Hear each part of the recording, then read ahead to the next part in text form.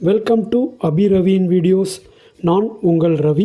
500 வருடங்களுக்கு முன்னால் மனித குலம் விஞ்ஞானத்தின் பிடியில் இருந்துச்சு.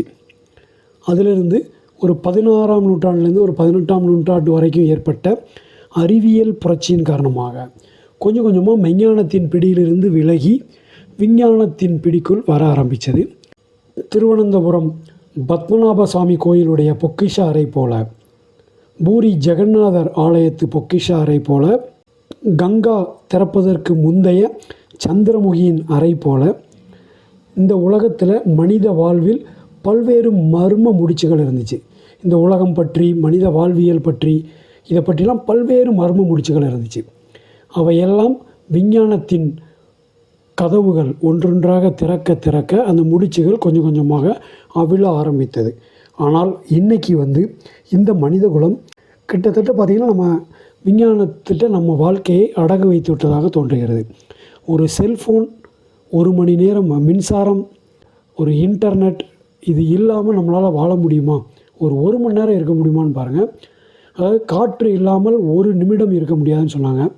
அதே போல் செல்ஃபோன் இல்லாமல், மின்சாரம் இல்லாமல் அல்லது இன்டர்நெட் இல்லாமல் நம்மளால் அதே மாதிரி இருக்கவே முடியாது அப்படிங்கிறது தான் இன்றைக்கி இருக்கிற யதார்த்தமான உண்மை. ஸோ நம்ம வாழ்க்கை முழுக்க அறிவியலில் இருக்கும் பொழுது இந்த கோட் பாருங்கள், என்ன சொல்கிறாங்கன்னா, the blurred image around your phone is called life. நம்ம ஃபோனை சுற்றி தெரிகிற மங்கலான படம் தான் நம்ம வாழ்க்கை அப்படின்னு சொல்லி கிட்டத்தட்ட அந்த அளவுக்கு செல்ஃபோன் நம் வாழ்வை ஆக்கிரமித்துக்கிட்டு இருக்குது. ஸோ விஞ்ஞானத்தின் பிடியில் நம்ம இருக்கிறது நல்லதா அப்படின்னு சொல்லி கேட்டிங்கன்னா, முழுக்க விஞ்ஞானத்தின் பிடியில் இருக்கிறதும் நல்லதில்லை. ஏன்னா நாம் உருவான இந்த உலகம் விஞ்ஞானத்தால் உருவாகவில்லை. நாம் உருவாகி வாழ்ந்து கொண்டிருக்கிற இந்த உலகம் விஞ்ஞானத்தாலும் உருவாகவில்லை. இந்த உலகம் இயற்கையால் உருவாகி இருக்கிறது.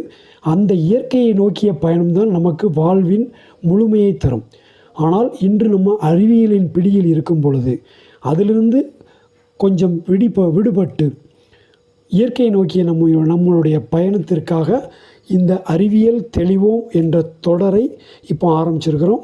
இந்த தொடரில் விஞ்ஞானம் பற்றிய அடிப்படை விஷயங்களை நம்ம பார்க்க போகிறோம். அதில் விஞ்ஞானத்துக்கு முக்கியமாக 3 பிரிவுகளாக பிரிக்கலாம். Physical science, earth science, natural science. அதில் நம்ம இந்த தொடரில் ஃபிசிக்கல் சயின்ஸ் பற்றி பார்க்க போகிறோம். அதுலேயும் குறிப்பாக ஃபிசிக்கல் சயின்ஸ் பார்ட் 1 மேட்டர் பற்றி இந்த வீடியோவில் பார்க்க போகிறோம். மேட்டர்னால் என்ன? வாட் இஸ் மேட்டர் அப்படின்னா, எதற்கெல்லாம் ஒரு நிறை இருக்கிறதோ, அது ஒரு குறிப்பிட்ட இடத்தை ஆக்கிரமித்திருக்கிறதோ, ஒரு குறிப்பிட்ட கன அளவை கொண்டிருக்கிறதோ, அதெல்லாம் மேட்டர் அப்படின்னு சொல்லி சொல்லுவாங்க. ஸோ இந்த மேட்டர் இந்த படத்தை பாருங்கள். அந்த மேட்டருங்கிற எழுத்துக்குள்ளே தெரிகிற அத்தனையுமே மேட்டர் தான். நாம் வாழும் இந்த உலகம், இந்த உலகத்தில் உள்ள பொருட்கள் எல்லாமே மேட்டர் தான், வளிமண்டலம் உட்பட. அடுத்தது, இந்த உலகத்தையும் தாண்டி இந்த சூரிய குடும்பம், இந்த கேலக்சிகளின் மில்கி வேன்னு சொல்லுவாங்க, அந்த பால்வெளி எல்லாமே மேட்டர்களால் ஆனதான். கிட்டத்தட்ட பார்த்திங்கன்னா அவை அனைத்துமே ஒரு 118 வகையான, இதுவரை கண்டுபிடிக்கப்பட்டிருக்கிறது 118 தனிமங்கள், 118 வகையான தனிமங்களாலேயே ஆகியிருக்கிறது. ஸோ இப்போ இந்த மேட்டர் எப்படி அமைந்திருக்குன்னு பார்த்திங்கன்னா, அணுக்களால் அந்த மேட்டர் அமைந்திருக்கிறது. அந்த அணுக்களான மேட்டர் சில சமயங்களில் ஒரு சில அணுக்கள் இணைந்து ஒரு மூலக்கூறுகளாகவும் இருக்கிறது. அணுக்கள் மற்றும் மூலக்கூறு வடிவத்தில் இந்த மேட்டர்கள் இருக்குது. சரி, இந்த மேட்டர்களுக்கு ஷேப் உண்டா? என்னென்ன ஷேப்பில் இருக்கும் அப்படின்னு சொல்லி பார்த்திங்கன்னா, திட, திரவ, வாயு, பிளாஸ்மா அப்படிங்கிற 4 விதமான காமன் ஷேப்பில் இருக்கும். திடப்பொருளை பொறுத்த வரைக்கும் பார்த்திங்கன்னா, அதனுடைய பார்ட்டிகிள்ஸ், அந்த கூறுகள், மூலக்கூறுகள் நெருக்கமாக இருக்கும். அதற்கு ஒரு ஷேப் இருக்கும், ஒரு வால்யூம் இருக்கும்.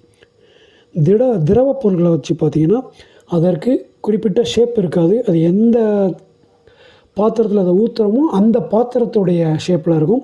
மற்றபடி அதுக்கு வால்யூம் இருக்கும், அதனுடைய அணுக்கள் நெருக்கமாக இருக்கும். ஆனால் அதை கலக்கலாம். வாயு பொருட்களை பொறுத்த வரைக்கும் அதற்கு ஷேப்பும் இருக்காது, குறிப்பிட்ட வால்யூம் அப்படின்னு இருக்காது. வெப்பநிலைக்கு தகுந்தாற்போல் அந்த வால்யூம் கூடி குறைஞ்சிக்கிட்டே இருக்கும்.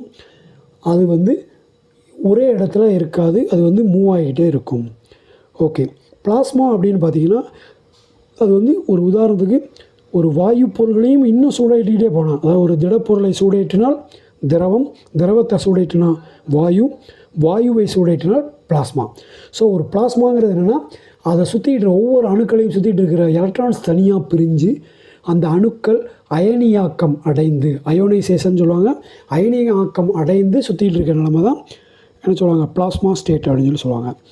ப்ராப்பர்ட்டிஸ் ஆஃப் மேட்டர்னு பார்த்திங்கன்னா அதுக்கு ஃபிசிக்கல் ப்ராப்பர்ட்டி, அதாவது மாஸ், வால்யூம், டென்சிட்டி, இந்த மாதிரி ஃபிசிக்கல் ப்ராப்பர்ட்டிஸ் இருக்குது. Chemical property, reactivity, flammability, oxidation state, toxicity, இந்த மாதிரி கெமிக்கல் ப்ராப்பர்ட்டிஸும் இருக்குது. இந்த மேட்ரை பற்றியோ அதனுடைய ப்ராப்பர்ட்டிஸு, சயின்டிஃபிக் ஃபேக்ட்ஸை பற்றிலாம் நம்ம அடுத்தடுத்த வீடியோக்களில் ஷார்ட்டாக பார்க்கலாம். நம்ம எலக்ட்ரானிக்ஸ் வீடியோஸ் போலவே இந்த வீடியோவையும், அதாவது விஞ்ஞானம் பற்றிய, சயின்ஸ் பற்றிய வீடியோக்களையும் அடுத்தடுத்து தொடர்ந்து போட்டுகிட்டே இருக்க போகிறோம். உங்களுடைய மேலான ஆதரவை தருமாறு உங்களை தாழ்மையுடன் கேட்டுக்கொள்கிறேன். நன்றி, வணக்கம்.